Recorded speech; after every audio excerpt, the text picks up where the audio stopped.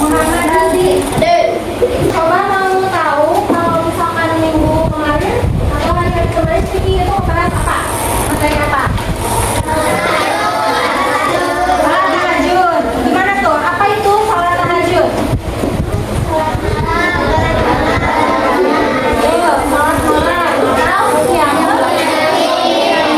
Ya. Terus apa lagi? Dikerjakannya kapan? Malam. Bisa ketiga? Betul. Berarti kalau gitu kita masuk ke pembahasan berikutnya ya.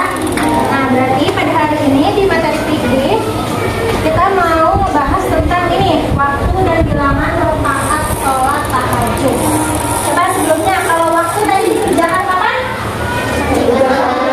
Malam jam berapa tuh kira-kira? Ya, jam 2, jam 3 mendekati subuh ya. Bilangan rakaat sholat tahajud. Kalau misalkan sholat 5 waktu kalian tahu? Nah, mulai dari subuh berapa? 2.